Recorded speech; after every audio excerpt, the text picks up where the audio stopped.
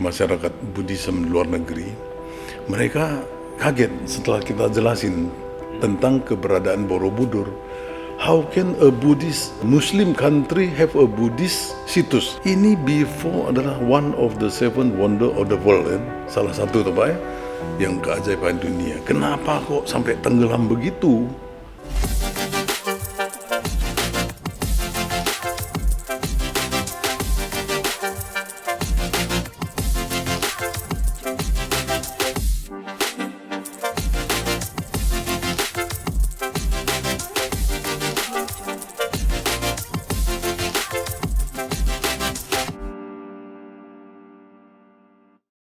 Pemirsa yang berbahagia, selamat datang pada program kami Presiden Eksekutif Club, sebuah ajang berkumpulnya tokoh-tokoh bangsa untuk memberikan sumbangsih bagi Indonesia.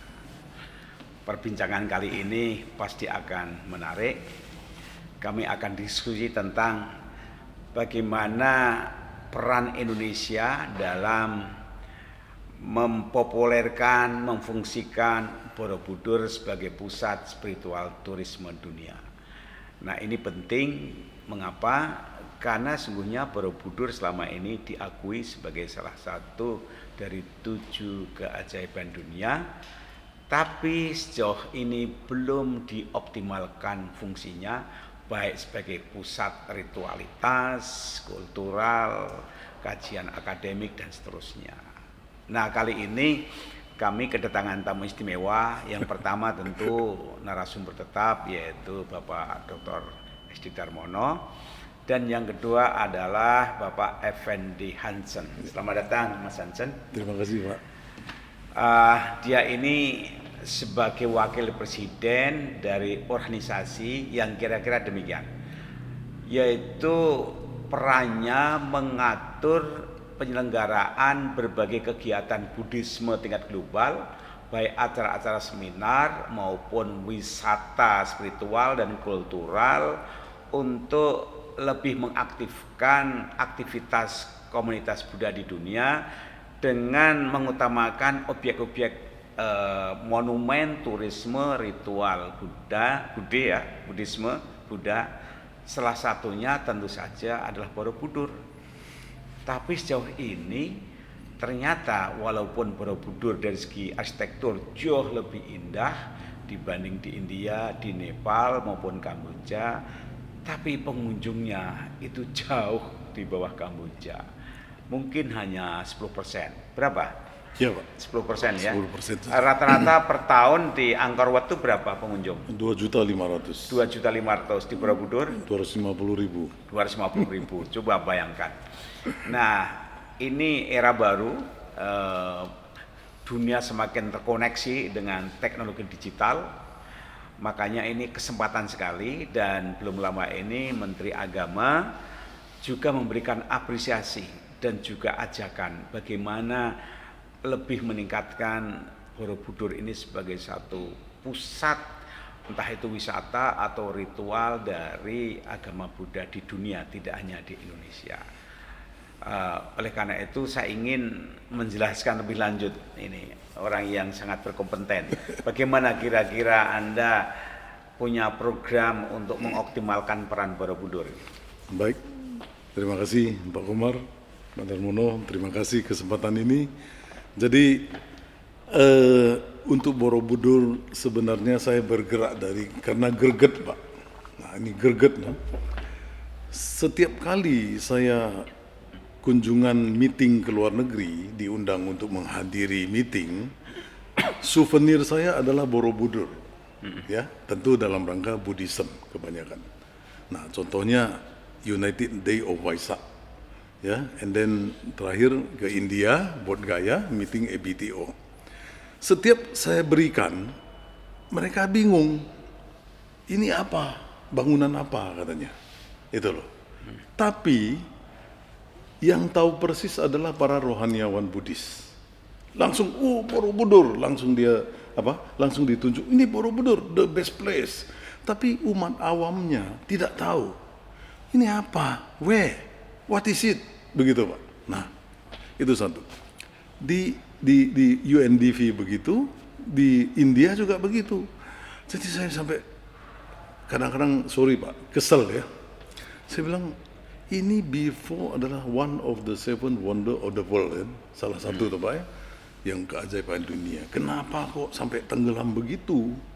Itu loh Pak. Nah, jadi itu kejadian terakhir 2019 Desember. Nah, tahun lalu saya diangkat sebenarnya menjadi ABTO Chief Asia Pacific ya di 25 negara Pak. Tapi karena pandemi kita nggak bisa pergi kemana-mana. Tapi karena sering mengadakan satu Zoom meeting ya, sehingga kami mencoba sesuatu. Jadi 31 Desember secara ya kebetulan sekali ya kami mendapat kesempatan dekat dengan Pak Darmono ya, sehingga 31 Desember kami buat satu webinar wisata religi negara kita. Artinya lengkapnya potensi wisata religi negara kita. Nah, jadi memang cikal bakal dari apa Pak? Yaitu 2019 Desember waktu kita meeting itu semua sepakat untuk membuat satu Buddhist circuit.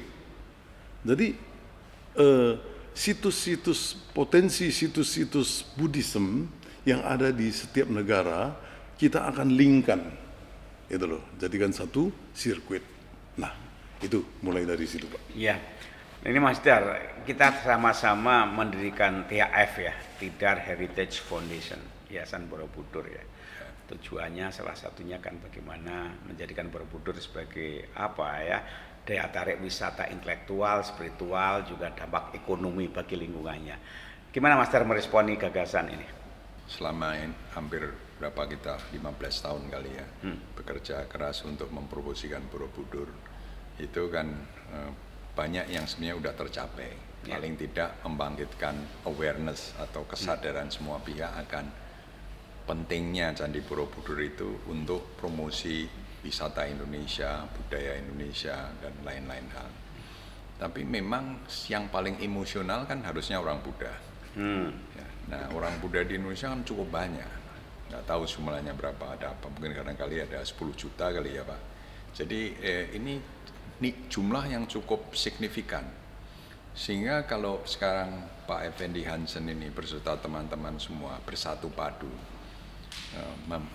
mempromosikan ini ke para teman-temannya umat Buddha di seluruh dunia. Nah, ini baru benar. Karena kalau kita Tidar Heritage Foundation kan tidak seemosional orang Buddha ini. Kita lebih memikirkan masalah Tidar, orang-orang Magelang ya, yang mempromosikan Borobudur. Kita ini nggak terima kan. Kok orang-orang datang ke Borobudur, kemudian kembali ke Jogja, makan di Jogja, nginep di Jogja, orang Magelang terima apanya nih, ya kan? Jadi dia bilang sapinya di Magelang, tapi neteknya di Jogja begitu. Jadi ini yang membuat kita ini gergetan. Tapi kalau sekarang Pak Hansen bertemu semua teman-teman dari umat Buddha di seluruh Indonesia bersatu padu, nah ini sesuatu yang bisa membuat Indonesia menjadi lebih cepat terkenal dalam segi budaya dan pusat tadi itu spiritual tourism. Ya. Gini, berapa kali forum interfaith tingkat dunia ya, itu saya menjelaskan tentang Borobudur. Saya jelaskan betapa bahwa umat Islam itu ikut menjaganya, merawatnya. Karyawan-karyawannya kan umat Islam. Betul. Lingkungannya umat Islam. Dan itu satu kredit poin yang tinggi sekali bagi Indonesia, mereka kagum. Nah sekarang gini kira-kira, program apa yang bisa masyarakat itu partisipasi dan juga pemerintah ikut mensponsori agar ide besar itu terwujud Mas Hansen? Jadi memang setelah kita ketemu di luar negeri, masyarakat Buddhism luar negeri, mereka kaget setelah kita jelasin tentang keberadaan Borobudur. How can a Buddhist, Muslim country have a Buddhist situs katanya? Itu loh, kaget semua. Gitu. The largest in the world situs. Sudah the largest dan sangat sacred, ya, sangat sakral. And then beautiful, semua lah beautiful, agung sekali. Kok bisa dirawat? Begitu loh Pak. Kita Muslim country kok bisa dirawat?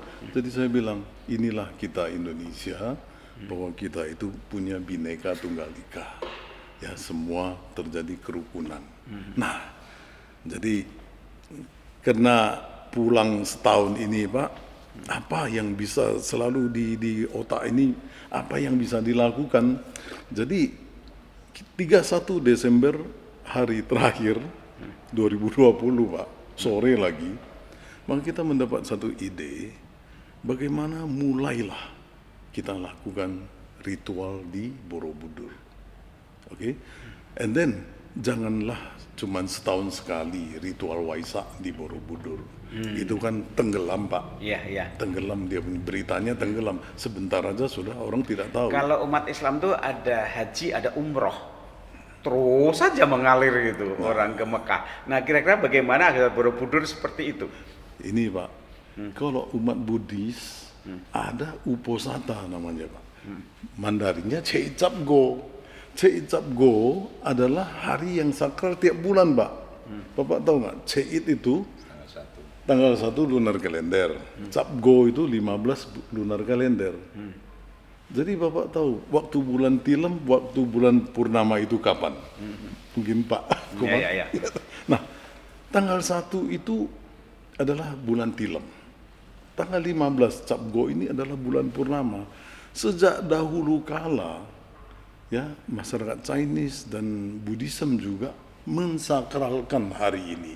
Sehingga saya sampai sekarang vegetarian. Dan kami rata-rata Cheicap Go itu hari Uposatha itu datang ke wihara Pak. Nah, jadi karena dapat masukan dari Yang Mulia Mahabiksu Duta Wira seperti itu, ya, langsung kita coba diskus dengan Pak Darmono. Wah, kalau gitu jalankan aja. Nah, langsung tanggal 3 Februari kemarin Pak, kita sudah laksanakan. Dan sebentar saja Pak, 1 jam kita laksanakan. Itu ritual itu, ya dalam 1 jam sudah dilihat hampir 3.000 orang Pak. Dunia loh Pak. Jadi karena memang bagus sekali dengan ada Zoom meeting ini. Nah, responnya semua bagus. Iya. Ya, itu pulau mana yang bagus sekali tiba-tiba mendunia itu dekat Irian. Laut yang indah sekali itu. Oh, Raja Raja Ampat. Ampat. Raja Ampat aja tiba-tiba booming. Kalau itu alam ya. Mestinya Borobudur harus lebih dari itu kan mendunia kan. Gimana Mas Dar? Langkah-langkah apa yang bisa kita bantu dari THF maupun kita sebagai dari Presiden University atau Executive Club ini? Ya, jadi di Magelang itu kan sudah ada lapangan golf Borobudur. Ya. Nah, ini satu hal yang menjadi daya tarik karena pemain golf itu udah cenderung persepsinya keras elit ya Pak. Jadi orang-orang elit yang datang ke Borobudur dari luar negeri yang kemudian ingin main golf sudah ada Borobudur Golf Course.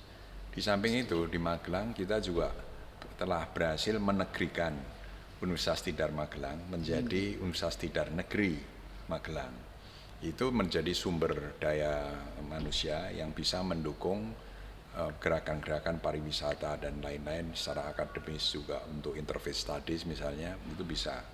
Nah, dengan begitu dua hal yang penting itu SDM dan Magelang sendiri sebagai kota yang cantik ya, 500 meter di atas permukaan laut, ada Gunung Tidarnya, ini menjadi satu tempat destinasi yang bisa mendukung. Nah, juga selama waktu itu saya dan teman-teman dari THF mengurus PT Taman Wisata Candi Borobudur, itu kami juga membina 17 desa di sekitar Borobudur yang dengan istilah One Village Brand Product. Jadi tiap desa itu harus mempunyai satu produk yang istimewa sehingga desa-desa itu jadi maju dan juga menjadi tempat yang menarik buat para wisatawan pergi ke sana.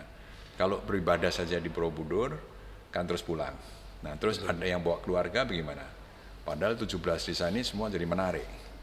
Nah, juga dengan begitu maka orang simpatik ya, orang-orang Islam yang ada di sekitar Borobudur yang ratusan tahun menjaga ini Pak, simpatik. Oh ternyata wisata religi ini membawa berkah buat mereka dari segi ekonominya mendadak tumbuh, dan dengan itu pasti tumbuhlah sekolahan, rumah sakit, homestay ya, yang membuat daerah itu makin lama makin maju, sehingga cita-cita Borobudur dijadikan ikon pariwisata ini akan lebih cepat tercapai. Setuju. Dengan adanya acara tadi, misalnya sekarang tiap tanggal 1 dan 15 kalender Lunar kalender. itu selalu ada upacara, ada orang-orang yang beribadah ke Candi Borobudur. Dari mana mereka? Nah, ini komunitas Buddhis Pak semua. Jadi semua menyatakan sikap bahwa senang sekali kalau diberi kesempatan. Jadi kita coba galang, ya ini karena pandemi Pak. Jadi kita nggak boleh lebih dari 20 orang, ya. Nah tanggal 26 ini nanti juga sudah ada juga. Jadi tanggal 13, ya jadwal setahun ini saya sudah berikan Pak. Jadi satu lagi Pak Darmono, sekarang juga kita sudah laksanakan perekonomian ini. Waktu pertama kali kita melakukan ritual, yang cowok pakai belangkon Pak. Iya. Itu loh, saya beli belangkon tuh Pak. Ya, pokoknya itu satu. Sekarang kita sudah pesan belangkon dan sal. Sal dari batik setempat Pak. Jadi pokoknya siapin aja 20-20 saya bilang. Ya, nah itu sebagai kita punya aset ke depan. Jadi kita akan wajibkan Pak, para peserta yang datang untuk ritual, ya harus yang cowok pakai belangkon, yang wanita pakai sal Pak. Dan ini fungsinya apa Pak? Luar biasa nih Pak. Kalau sal kan panas, yang ngeri itu panas Pak. Jadi kita ketutup juga. Selnya bisa jadi Selnya juga ini bisa tutup Jadi wajah. jilbab. Kenapa? Kita ada satu acara namanya Pradaksina Pak. Pradaksina itu adalah meditasi berjalan. Nah itu cukup sakral sekali. Jadi Pak, kegiatan ini betul-betul bagaimana kita mendoakan, mensakralkan, mengagungkan Candi Borobudur Pak. Kita harapkan gelombang cahayanya ini keluar. Kita jamah juga tidak Pak. Itu loh, jamah juga tidak. Itu. Jadi bagaimana? Kadang-kadang ada orang yang salah persepsi. Wah nanti rusak lah, nanti apalah. Malah bayar tiket boleh naik sampai atas. Itu loh Pak. Karena ritual ini nyentuh aja tidak ya? Nyentuh aja tidak. Jadi Pak, satu lagi Pak Darmono, gak usah khawatir, di sana akan ada meditation Pak. Nah, jadi orang bisa berhari-hari di situ. Apa? Dia khusus datang untuk meditation. Ini luar biasa Pak. Saya Luar lihat biasa. di situ homestay bermunculan ya, sekitar Borobudur itu sekarang. Ada. Tapi karena pandemi ini mungkin masih Ya. sepi Pak. Nah, ini koordinasinya dari sisi pemerintahan itu dengan siapa dan bagaimana. Jadi satu, agar punya legalitas ya dari segi hukum. Nanti tidak mengundang keributan, intervensi masyarakat. Kedua, komunikasi penting bagi masyarakat sekitarnya yang muslim bahwa ini tidak mengganggu, tidak ekspansi dakwah bagi umat Islam, karena ini jelas yang datang adalah umat Buddha dan punya lokasi yang tidak mengganggu yang lain.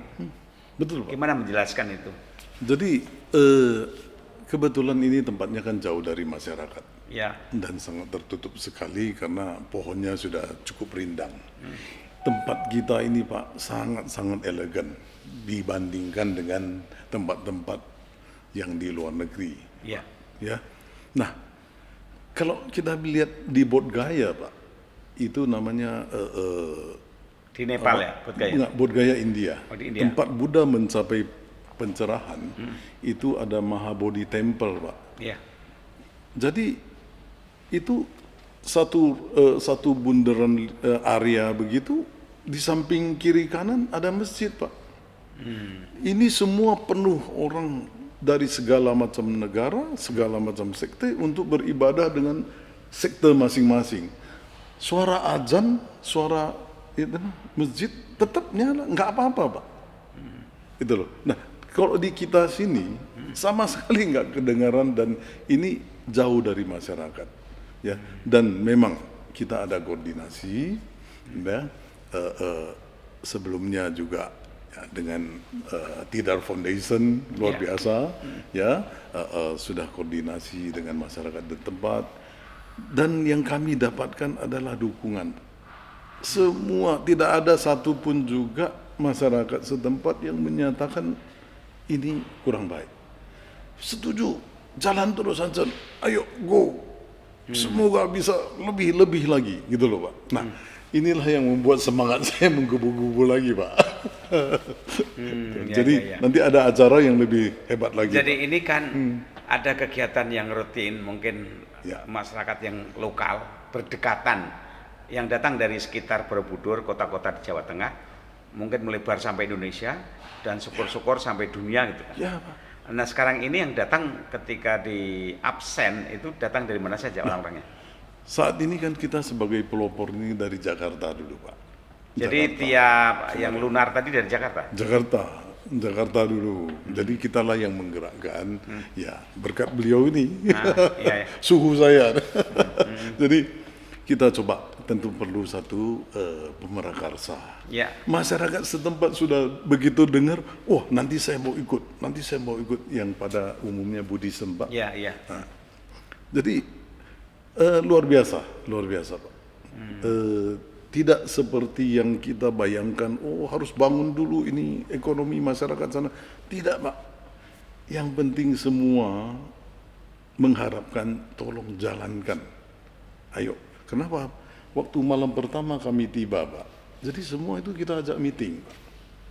Itu loh, kita ajak meeting. Jadi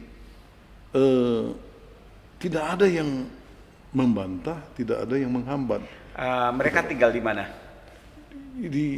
Pokoknya yang kami meeting itu ya di Muntilan ini lah semuanya. Mungkin saya nggak tahu tempatnya dari mana, ya. Dan ya saya sampai juga diinformasikan, waduh nanti rusak lo apa segala Borobudur. Saya bilang kita jamah saja tidak. Oke. Gitu loh, Pak. Nah sekarang Buddha di Indonesia juga di dunia itu kan banyak mazhab, sekte, kelompok. Apakah acara seperti itu kira-kira bisa menyatukan atau mereka masing-masing dikasih jatah-jatah waktu sehingga kemudian tidak terjadi perebutan? Yang datang ke sana kemarin Pak, ekstrim kita ngomong Pak. Dari Katolik ada, dari Kristen ada, Buddha cuma 2 orang aja Pak. Itu loh Pak. Kita kebetulan dari Semarang juga ada ke sana Buddhismnya. Jadi hari ini apa yang kami lakukan ini Pak, kita tidak bawa atribut organisasi, tidak bawa sekte. Itu Pak, semua datang dengan hati ya untuk ritual. Jadi sebenarnya bukan hanya Buddhism aja ritual di situ boleh Pak. Itu loh. Semua agama boleh Pak, meditasi apa segala boleh. Kami selalu ketemu di Bodh Gaya India itu dan di Lumbini Pak. Banyak orang Barat, ya, dan dari Muslim country juga ke sana. Loh, pada bingung, loh kalian di sini apa? Ya, we come here for meditation. Karena this is a teaching, not a religious katanya. Itu loh Pak. Saya pernah di Mount Abu India. Puncak itu meditasi.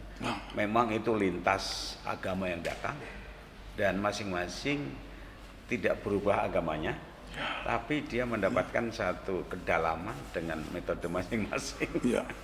Di Mount Abu saya pernah, artinya apa yang Anda katakan itu saya pernah terlibat mengalami. Nah sekarang gini, bagaimana kalau ketika di India itu kan ada semacam spiritual university. Jadi ada semacam training, meditasi itu ada pelatihannya, ada prakteknya, pencerahannya, nggak terasa seperti going somewhere gitu kan.